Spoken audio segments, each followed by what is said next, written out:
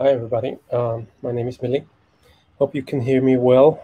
Um, I'm just going live. I don't know actually if anybody will, join me here. Probably not, because I'm a tiny little YouTube channel. But I just have some thoughts on the new MacBooks and MacBook Pro and the Mac Mini. Um, and I find it really interesting what they made or put out with this M1 chip. And I'm kind of, I don't know, I'm curious what you think. I'm running this on my MacBook Pro 16-inch late 2019. And I have to say I'm quite happy with the MacBook Pro 16-inch. I got the GPU upgrade. I think it's the the 8 GB version. It's the 550M 8 GB, and the 16 GB of RAM. Um, it's a good machine, but something that really annoys me is uh, the noise it makes. Probably you can hear it now. As soon as you do something remotely intensive, the fans kick in, and it's really annoying. Um, it also gets really hot to the touch, like working. I don't know. I always have a bad feeling. Now I'm touching the MacBook, like the top part here above the keyboard, and it's really hot. And I I'm not really doing something intense. I just use the webcam, and that's all. Uh, but also another point is that I spent over 3 grand on this machine, and now it looks like I could get the same performance, more or less the same performance, uh, for 1 grand for the MacBook Air, or in my case, most probably I would go with the Mac Mini for now, just the base system, and just use my old monitor and keyboard and mouse, uh, you know, and sell this old MacBook Pro.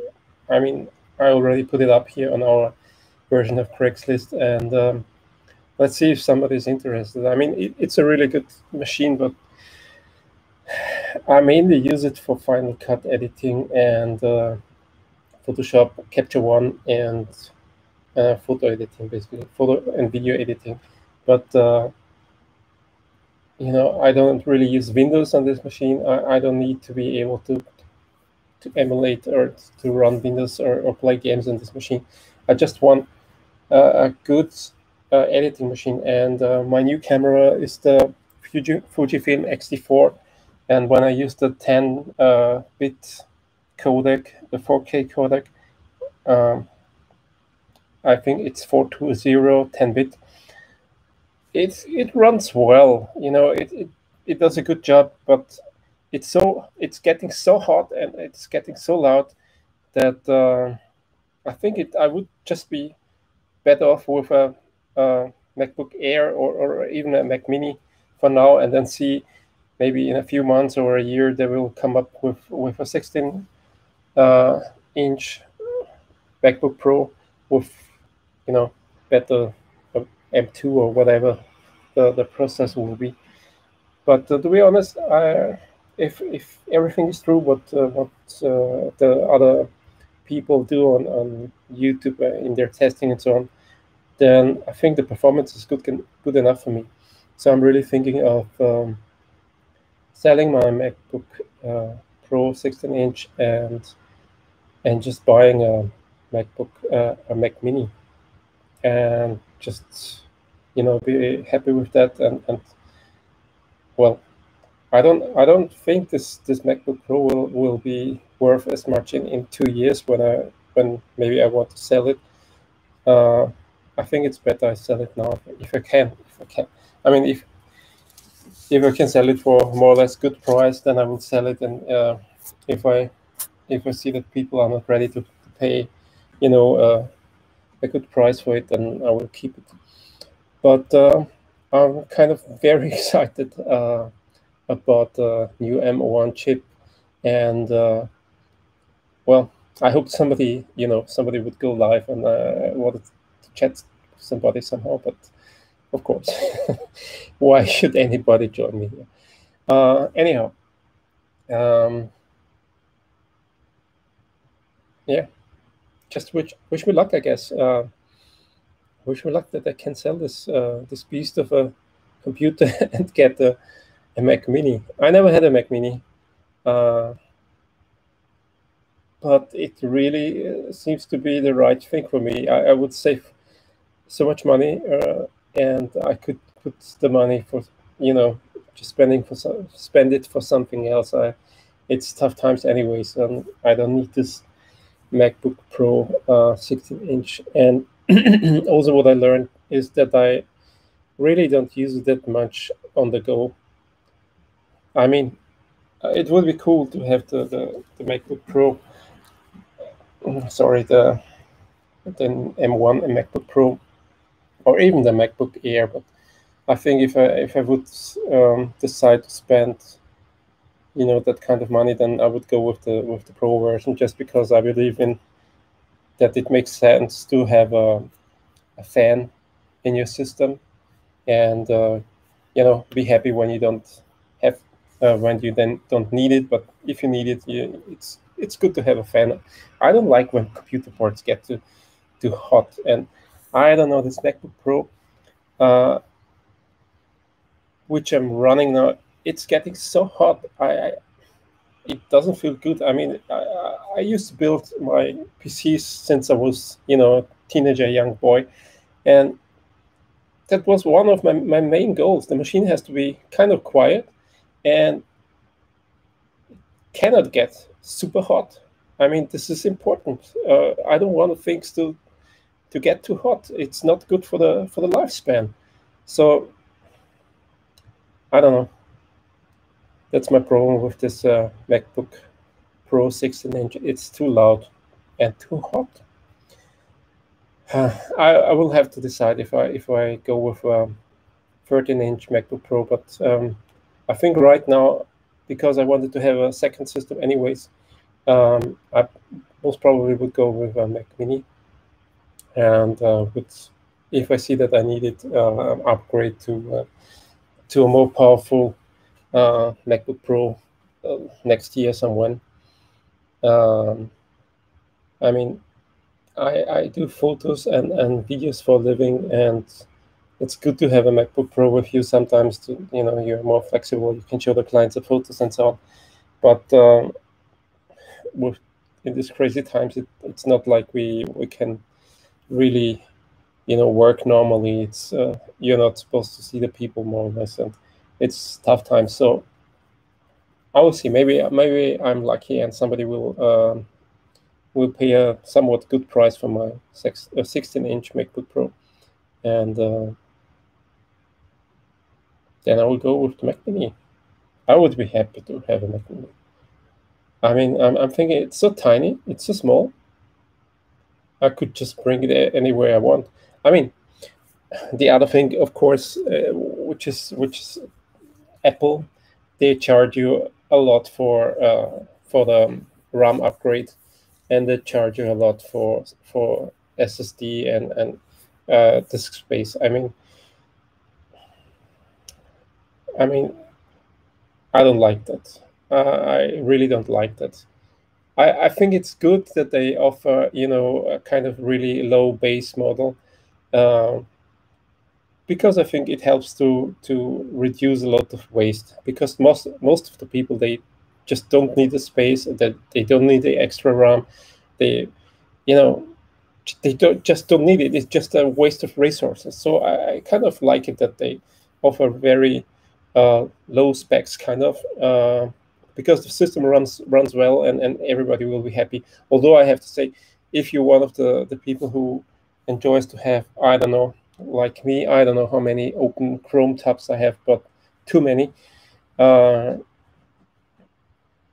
think you will hit a limit very soon on the 8 GB RAM models. So, but again, either you discipline and you just you're happy with with 10 open tabs and save 200 something bucks, or you spend it and then you have, maybe you can open, I don't know, 30 or 40 tabs. I don't know. I'm not sure what the performance will be on the MM1 chip, because it shares the memory. So will you be able to have that many tabs open and do something like video editing? I don't know, but I think it's better to go cheap this time, to just get the base model, be the MacBook Air, which is really tempting because it's fanless, and I don't know, there is something about it to have a quiet system, and it's $1,000.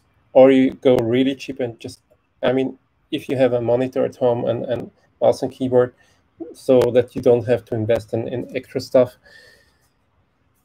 like I have, I probably would go with the Mac Mini. Well, kind of hard to decide for me yet. But yeah, about the Mac Mini, it's so tiny that you could easily carry it with you, and even you could, I mean, when you go on vacation or I don't know, sometimes I have to drive to the city and work for the city, maybe stay for a day or something. I could bring a small monitor, my keyboard and mouse, and the Mac Mini. I mean, it's, well, of course, it's a little bit more inconvenient than a MacBook Air or a MacBook Pro, but I don't know. In these crazy times, I think I would go with the Mac Mini and have it in future as a second system. I noticed one of my main problems when I'm editing on the MacBook Pro 16-inch is synchronizing multicam links. So if I have 3 or 4 camera angles, and unfortunately not all of my cameras are able to record straight for 2 hours, so the files are broken up into pieces, and it becomes really challenging for this machine to synchronize all the files together. So I hope that that's improved on the M1 chip. I could imagine that it's much more improved on that because of the, how they call neural learning, whatever they call it. But I thought for myself, even before this announcement of the new M1 chip, that I should get a second system. That way I could edit on some video on my laptop, and have a second system where just work on synchronizing all the files together. Because that sometimes when I have material from a whole day shooting or something, it takes me a lot of time to fuse it all together, to synchronize it all together.